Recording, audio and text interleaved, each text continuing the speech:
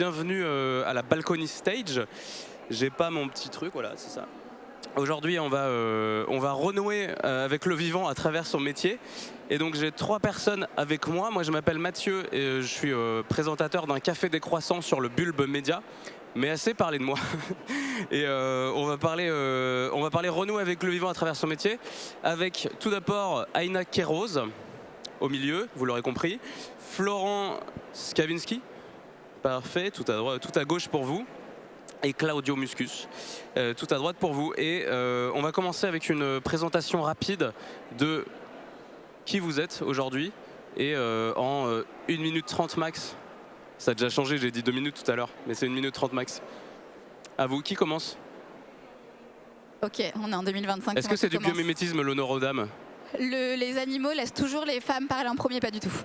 Malheureusement non. Donc oui, moi je suis Aina Kéros. Ah donc tu le fais quand même, tu y vas quand même du coup. Mais moi je me chauffe, c'est pas maintenant. Vas-y, c'est parti, vas-y. Ah non, c'est pas maintenant du tout. On se tutoie au fait ou pas? Non, on se tutoie quand même. Non, on fait semblant de se vous voyez si Allez, tu veux, ça fait on plus fait sérieux. semblant de se vous voyez, donc Ouais. on se tutoie mais on fait semblant. Voilà. Allez, Aina Kéros, donc vous êtes chercheuse en biomimétisme. Je te laisse te présenter en 1 minute 20 maintenant, du coup on a perdu du temps. Waouh, bientôt ça va être en 20 secondes.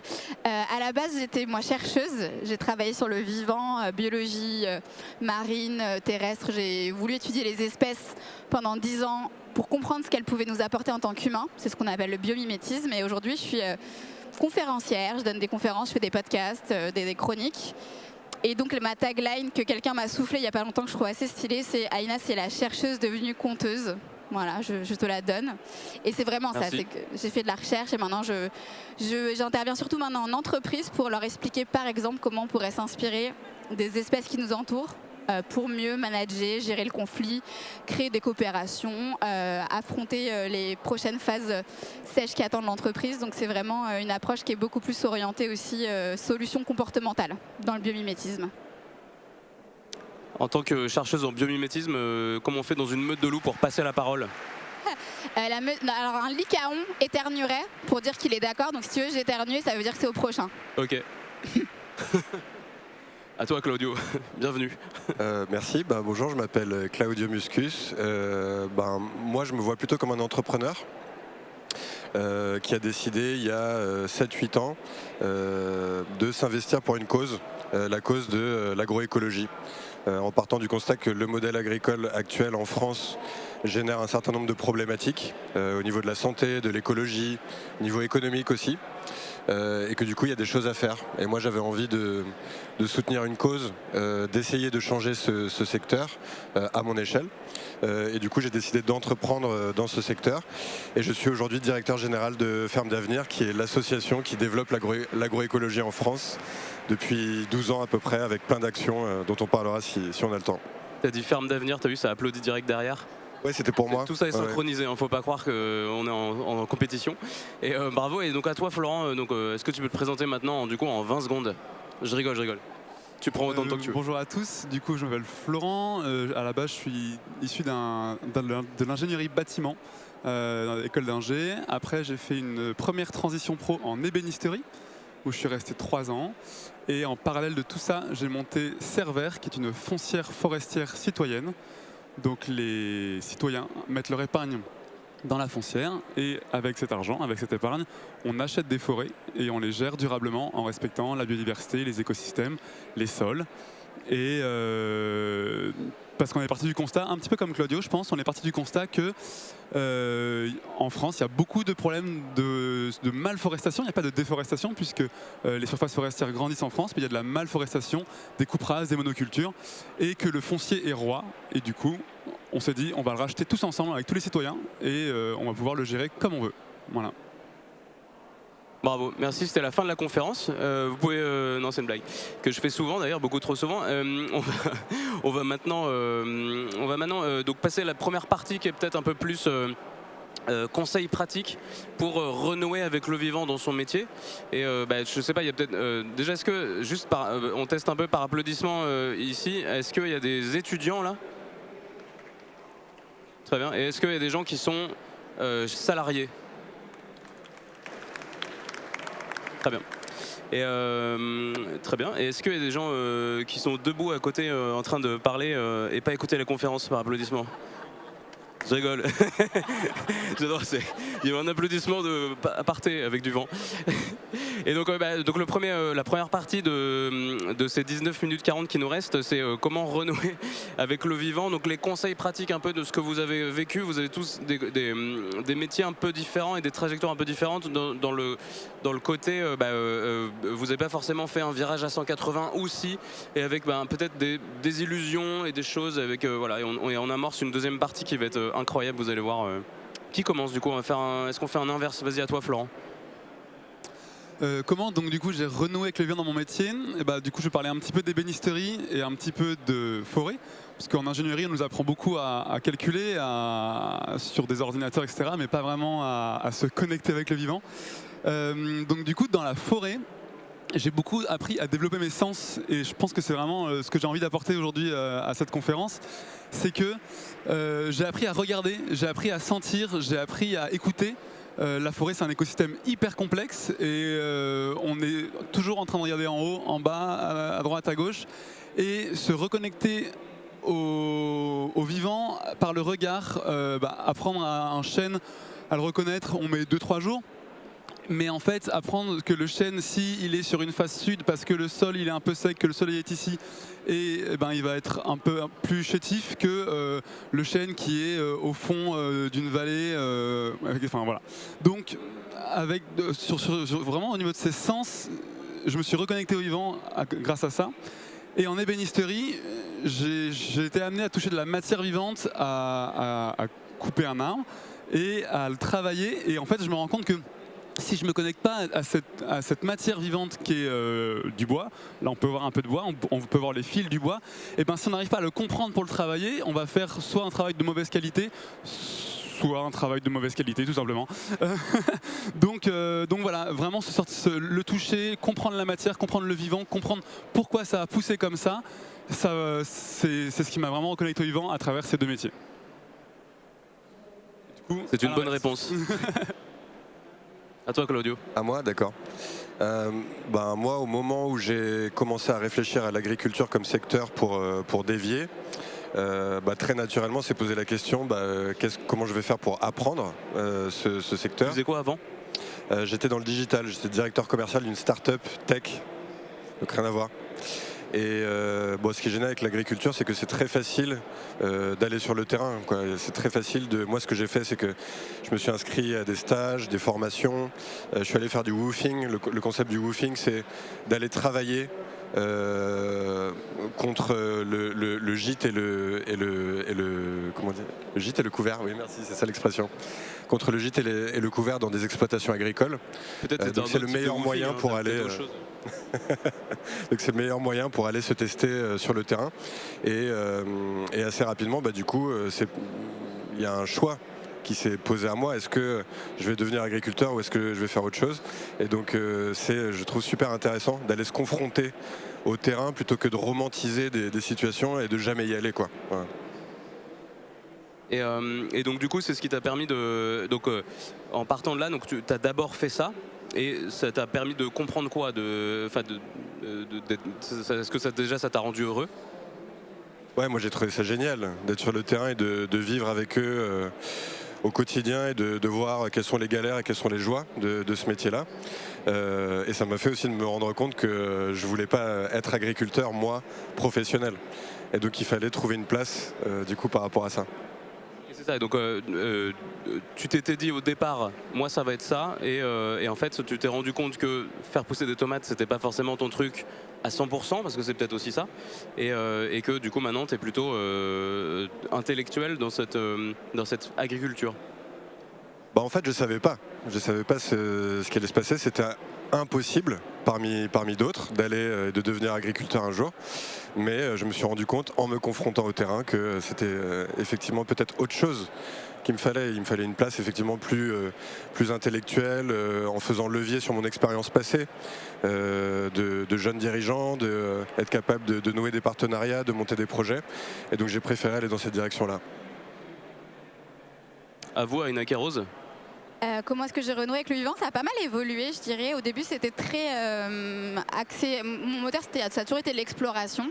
Donc, c'était vraiment d'aller à l'époque, pour ma recherche, étudier des animaux sur place, au Costa Rica, à Okinawa. Et c'est comme ça que je me nourrissais, que je me sentais en connexion avec la biodiversité. Et là, je dirais que dans cette partie actuelle dans laquelle je suis, ça va être plus sur d'autres aspects. Déjà, je fais de l'exploration au sens des chiffrages du vivant. Je vais être capable de plutôt m'intéresser à pourquoi cette espèce a une stratégie qui m'intéresse moi en tant qu'humaine, mais peut intéresser d'autres humains. Donc comme je disais, sur des comportements. Et j'essaye aussi de faire des explorations plus locales. Donc par exemple, j'anime ce qu'on appelle des marches du temps profond. Je ne sais pas si vous voyez ce que c'est. Où tu fais vraiment, tu peux aller dans un petit coin vert à proximité de Paris ou à Paris même. Et tu marches les 4,6 milliards d'années. Tu marches plusieurs millions d'années. Un pas égale 1 million d'années. Et tu racontes l'histoire du vivant depuis sa création. Et ça m'a aussi réconcilié avec le fait qu'il n'y a pas besoin d'être à l'autre bout du monde et d'avoir une vie d'exploration pas du tout compatible avec les enjeux environnementaux d'aujourd'hui et d'embarquer quand même des gens dans des nouveaux récits. Et j'aime bien aussi imaginer qu'on peut raconter le vivant différemment avec d'autres outils, d'autres palettes, d'autres tonalités pour embarquer les personnes qui sont moins avancées que nous sur ce chemin-là. Et toi, en préparant la conf, tu m'avais parlé de ton chemin qui était de travailler en cosmétique pour des grands groupes. Et donc là, pourtant, tu avais quand même les mains dans le vivant puisque tu faisais de la recherche à cet endroit-là et tu t'es rendu compte quand même que il y a aussi un peu des grands groupes qui sont parfois un peu déconnectés et que tu as voulu un peu rebasculer vers autre chose. Donc même si tu avais un peu de vivant dans ton métier, ouais, en fait, moi mon métier c'était toujours de faire de la recherche pour eux, c'est-à-dire qu'une grande marque allait me demander de trouver des idées par rapport à une plante, un animal pour pouvoir avoir un joli marketing. Là où ça a pu parfois être frustrant, c'est que ça pouvait être 4-5 ans d'années sur un projet de recherche avec de la science très avancée. Et évidemment, la marque, quand elle communique auprès de son consommateur, elle est là pour le faire rêver et elle va maintenir 0,5% de la recherche pour aller sur des grands raccourcis. Et c'est OK. Enfin, j'ai vraiment joué le jeu et je continue à le jouer. Je travaille encore pour des entreprises. Je trouve que c'est normal d'arriver à cette simplification. Mais c'est vrai qu'aujourd'hui, je prends du plaisir à pouvoir fouiller la donnée et maîtriser ce qui va être raconté à la fin de la chaîne aux gens qui vont écouter ces histoires et ne pas avoir cet intermédiaire entre moi et le consommateur ou le grand public et de raconter l'histoire telle qu'elle est en donnant toutes les facettes complexes de ces espèces. Merci. Tout ça est géré. Là, ils en font trop, ils en font trop. J'ai perdu ma question du coup ici. Je ne sais même pas ce que c'est. Ça fait un peu peur, j'ai un peu peur. Et donc, tu veux parler des pigeons, je pense. Oui, je parlais des pigeons. Non, c'était qu'est-ce que tu as. C'est quoi le conseil de biomimétisme que tu donnes aujourd'hui en entreprise? Moi, c'est justement de ne pas se laisser avoir par la tentation de s'inspirer que d'espèces hyper sexy avec un beau potentiel storytelling. Que ce soit dans le produit que tu vends ou dans les solutions que tu proposes en interne, tu peux t'inspirer d'un rat, d'un pigeon, d'une limace de mer, d'un poisson et ça peut être vraiment puissant comme histoire que tu peux raconter parce qu'au contraire tu réconcilies les gens avec des espèces pas très aimées et bon j'ai quand même dans les trentaines d'espèces que je raconte plein d'espèces très stylées, des dragons bleus des mers, des loutres, des suricates, mais je trouve ça sympa que les marques s'emparent aussi de cette façon de communiquer sur le vivant en général, pas que sur des fleurs et sur des espèces qu'on a associées à l'intelligence animale. Et le conseil pratico-pratique aussi, c'est avec une méthode en 3 étapes où comment tu peux observer ton sujet d'étude, qui est l'humain ou un animal ou une espèce, passer par l'étape de déchiffrage et d'application directe des solutions. Le grand 8 du biomimétisme, c'est très pratique pour des gens qui font de la recherche et de l'innovation poussée. Je l'ai pratiqué pendant 10 ans. Tu vas par plein d'étapes très complexes, mais il y a moyen d'avoir des méthodes plus simples où même quelqu'un qui n'est pas biologiste peut faire quelque chose du vivant et trouver des idées sur la nature qui l'entoure. Merci. Et tous les trois, vous êtes dans 3 branches un peu différentes. Comment ça va en ce moment? Le monde va plutôt quand même globalement très bien. J'imagine que vous avez tous les 3 des carrières florissantes face à vous. À toi, Florent. Carrière florissante, bof. Bah non, mais porter un projet. En fait, j'ai dû faire des choix évidemment de carrière. Là, actuellement, c'est mon livret A qui me rémunère au quotidien. Parce que monter une foncière citoyenne, à côté il y a une asso, j'ai fait le choix d'arrêter l'ébénisterie pour me consacrer à plein temps sur ce projet. Donc c'est chouette, en pleine recherche de modèles économiques sur tout ça, ça marche bien.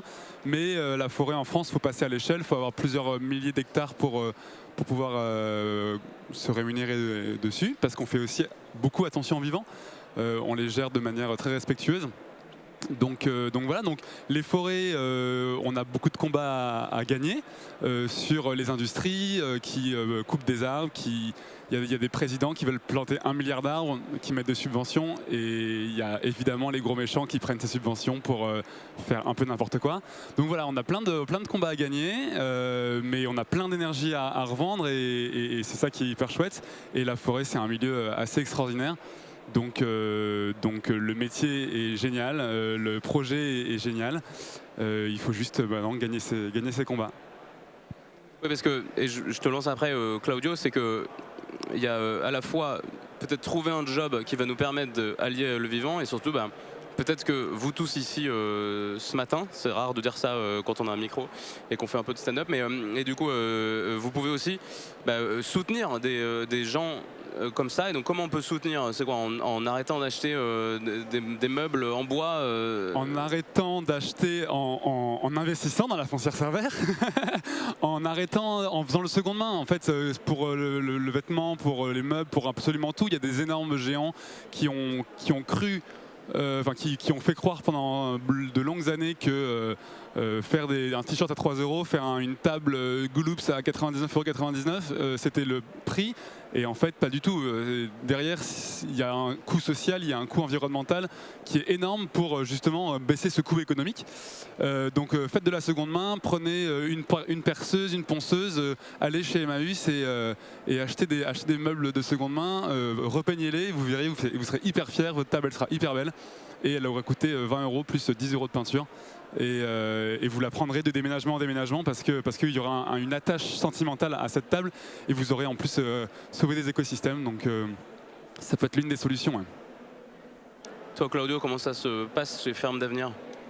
Moi, je ressens une forme de dichotomie, c'est-à-dire que le contexte économique, politique, national, international, il est très mauvais. Et nous, concrètement, au quotidien, ça se traduit par des baisses de subventions, des mécènes qui nous disent « Ah, on va vous donner moins de sous que l'an dernier pour pouvoir faire vos actions ». Donc ça, c'est plutôt un contexte un petit peu descendant, un petit peu tendu. Et en même temps, sur le terrain, nos chiffres n'ont jamais été aussi bons au niveau de l'asso. Je vous donne un exemple. Chaque année, on forme les compagnons sur une durée de 8 mois au maraîchage, à la culture de plantes aromatiques.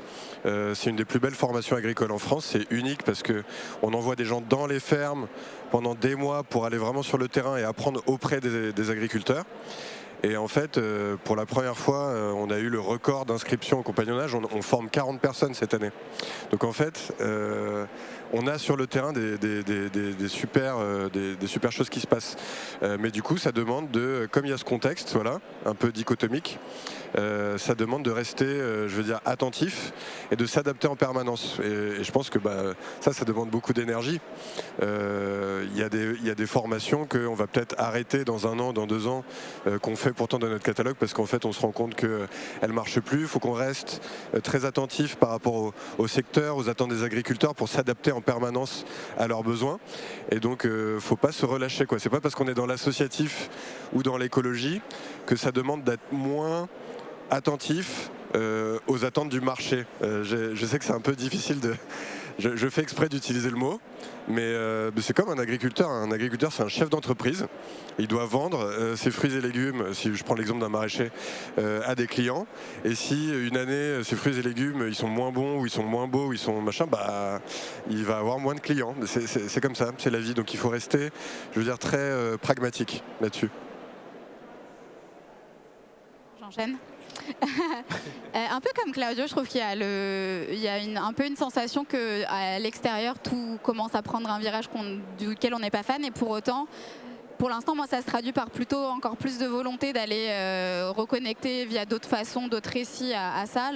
Pour beaucoup d'industries, le carbone, c'était le sujet principal. Maintenant, ça commence à être la biodiversité. Et moi, je bénéficie peut-être aussi de cette phase où on a envie de réentendre de nouvelles histoires sur cette biodiversité. Et là, pour moi, ce qui va aussi se jouer et qui va être intéressant, c'est comment chaque acteur engagé peut aussi jouer entre des interventions, des prestations qui ne sont pas forcément rémunératrices mais qui impactent le plus grand nombre versus trouver un modèle économique qui permette de soutenir tout ça.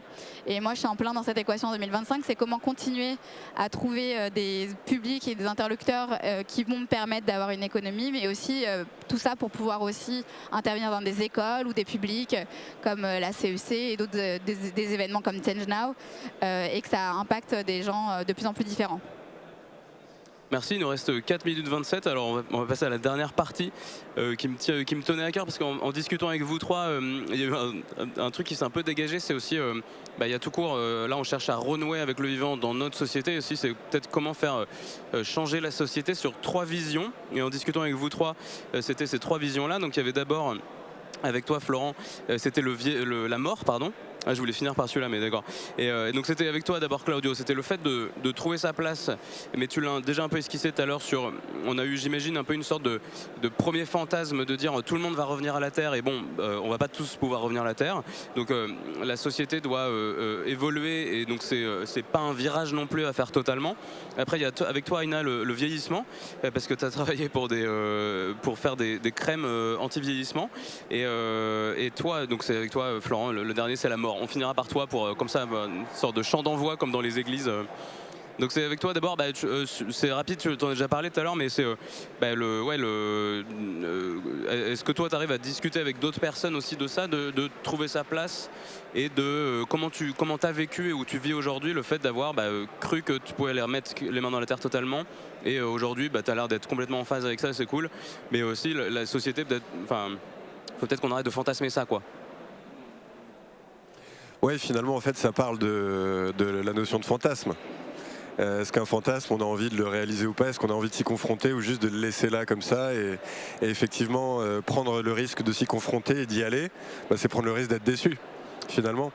Donc moi quand je suis allé travailler dans les fermes, j'ai adoré, mais effectivement j'ai eu ce petit moment où je me suis dit ah mais en fait c'est pas ce métier que je vais faire. Mais bon, de toute façon c'est comme ça. Et ensuite l'idée ça a été de dire bon partant de là, comment est-ce que je peux faire levier sur mes expériences passées pour apporter le maximum de choses à ces gens-là. Et donc la suite logique ça a été de créer mon entreprise dans ce secteur-là et de les aider ces gens-là et de trouver les façons de les aider. Donc effectivement pour moi ça a été un cheminement, et ce cheminement il n'est pas fini.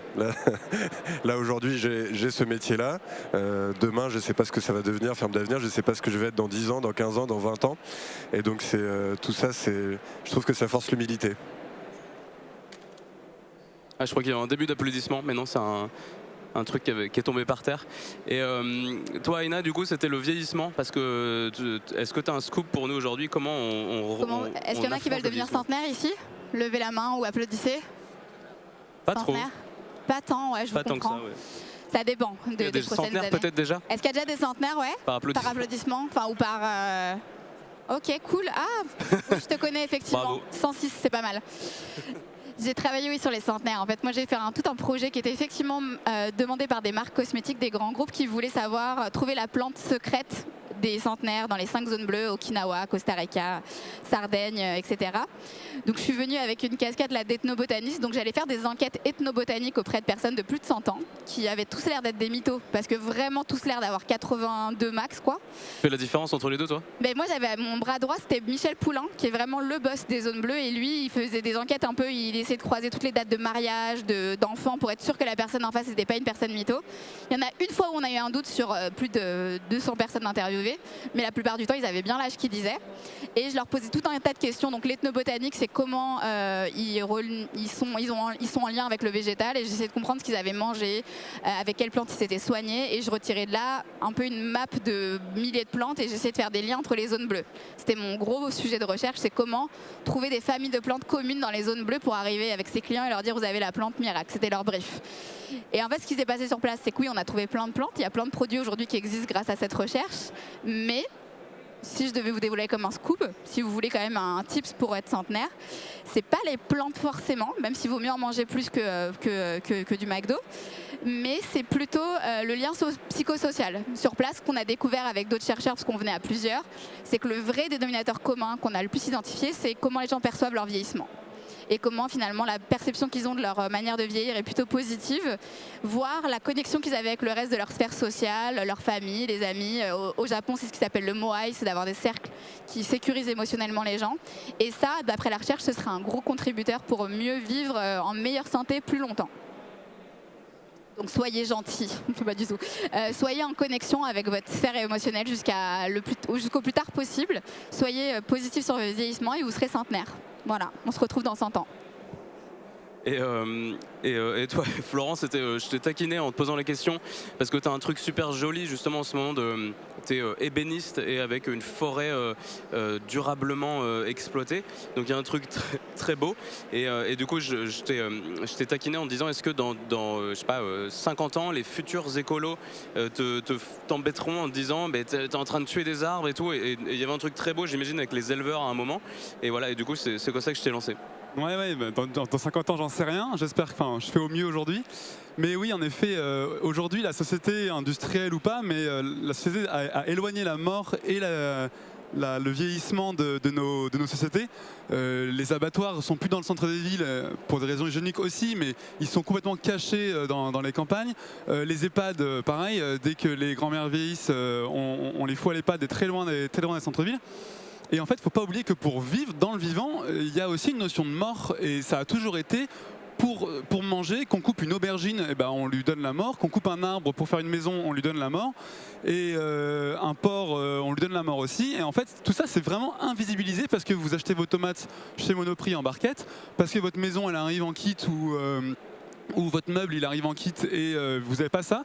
Et donc voilà, c'était ne pas oublier que le vivant c'est aussi la mort. Pour vivre, pour subsister, tous les êtres vivants donnent la mort.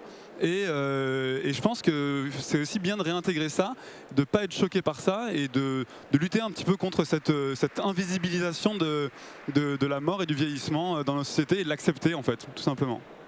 Trop bien, c'était le mot de la fin, merci beaucoup de m'avoir écouté. Donc pour renouer avec le vivant de notre métier, acceptez la mort.